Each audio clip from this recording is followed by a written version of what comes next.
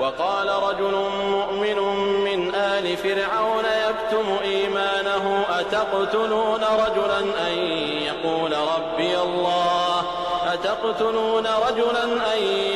ربي الله وقد جاءكم بالبينات من ربكم وإن يك كاذبا فعليه كذبه وإن يك صادقا يصبكم بعض الذي يعدكم إن الله لا يهدي من هو مسرف كذاب.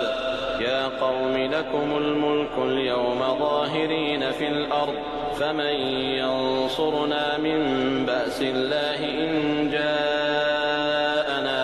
قال فرعون ما أريكم إلا ما أرى وما أهديكم إلا سبيل الرشاد. وقال الذي آمن